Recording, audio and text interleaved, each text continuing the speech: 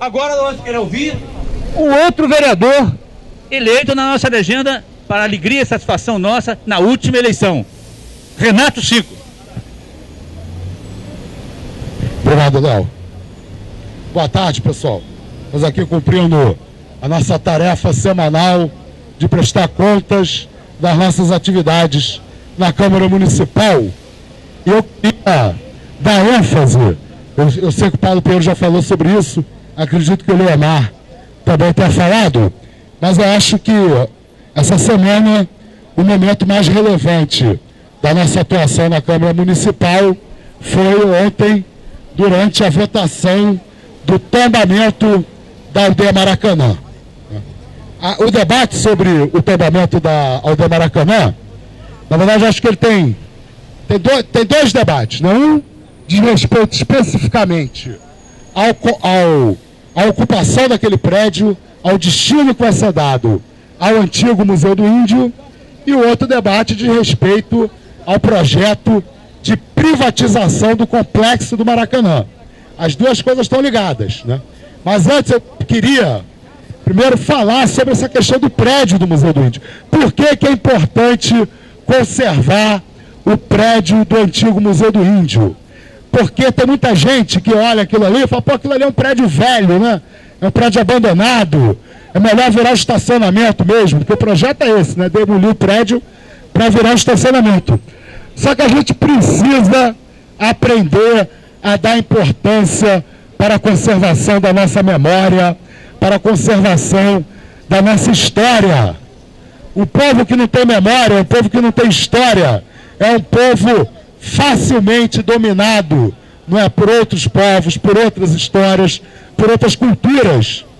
E a presença das populações originárias no Brasil, a história das populações indígenas, é muito importante, né, para o conhecimento de toda a população brasileira. A gente não pode conhecer o Brasil, viver o Brasil sem preservar e sem contar essa história.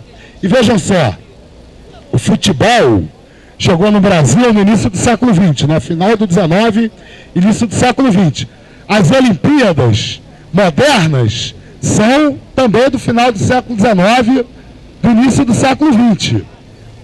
O Museu do Índio é um espaço da cultura indígena desde 1864, antes do futebol chegar no Brasil, antes da invenção das Olimpíadas modernas. Aquele espaço lá já era um espaço dedicado à cultura indígena. O proprietário do prédio doou o prédio para o Estado, para o imperador, para o Império Brasileiro, com o objetivo de que ali fosse criado um centro de referência da cultura indígena. Naquele prédio foi criado pelo Marechal Rondon o Serviço Nacional do Índio, aliás, Serviço de Proteção ao Índio, SPI. Eu confundi a sigla, gente, usei SNI, olha só que horror. O SPI, o Serviço de Proteção ao Índio, foi criado naquele prédio pelo Marechal Rondon. Ali o Darcy Ribeiro também trabalhou. Ali naquele prédio foi criado o Museu do Índio, que hoje está em Botafogo. E aí o governo passou a abandonar, desde os anos 70, o governo passou a abandonar aquele prédio.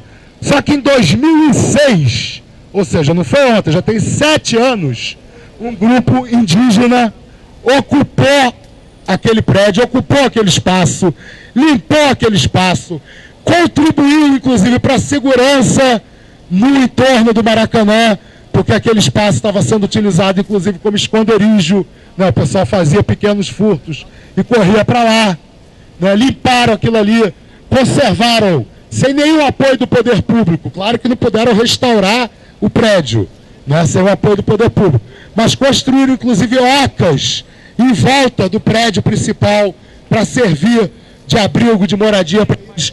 E o que eles reivindicam? O que os indígenas estão reivindicando desde 2006 naquele espaço? Basicamente 3 coisas. Primeiro, eles querem que aquele prédio seja um centro de referência para os indígenas que vêm para o Rio de Janeiro. O que acontece muito, Léo, do índio ser expulso da aldeia dele, pelos fazendeiros, né, pela agricultura, ou então até pelas condições de vida, chega na cidade e não tem nenhum apoio, nenhuma estrutura, às vezes acaba né, caindo na mendicância, né, virando população de rua sem ter nenhum tipo de apoio. Então eles querem que aquele espaço seja o espaço. Você está no Rio de Janeiro, você percebeu que tem, entendeu, o indígena chegando na cidade, que ele está perdido, que ele está desorientado, que ele seja enviado lá para aquela área, para ele ser o centro de referência, para ele poder reorganizar a vida dele. Segundo, eles querem que aquilo ali seja transformado numa universidade indígena, né, para melhorar a qualificação, para que os índios tenham uma universidade, né, dedicada, inclusive, à cultura deles. Em terceiro lugar, eles querem que ali seja feito um novo Museu do Índio, mas um Museu do Índio feito pelo índio, porque eles argumentam que o Museu do Índio de Botafogo é muito bom, muito importante, mas é o ponto de vista do branco sobre o índio. É o antropólogo branco que organiza, que dirige, né, o Museu do Índio de Botafogo. Eles querem um espaço para que eles possam administrar o seu próprio museu, para que eles possam mostrar o olhar do índio, sobre o branco, sobre a vida e etc. Então são 3 reivindicações mais do que justas. E são 3 reivindicações, aí eu entro na história do Complexo do Maracanã. São 3 reivindicações que, na verdade, se o nosso governador, se o nosso prefeito estivessem realmente preocupados em utilizar a Copa do Mundo para deixar um legado para a nossa população, aquilo ali seria uma grande oportunidade, né? Com uma fração pequena do que está se investindo no Maracanã, podia ser feita a restauração daquele prédio, poderia ser construído essas 3 instituições que os índios querem construir. Aí, quando os gringos chegassem para a Copa do Mundo, eles iam ter ao lado do Maracanã um museu contando a história, mostrando a cultura dos povos originários do nosso país.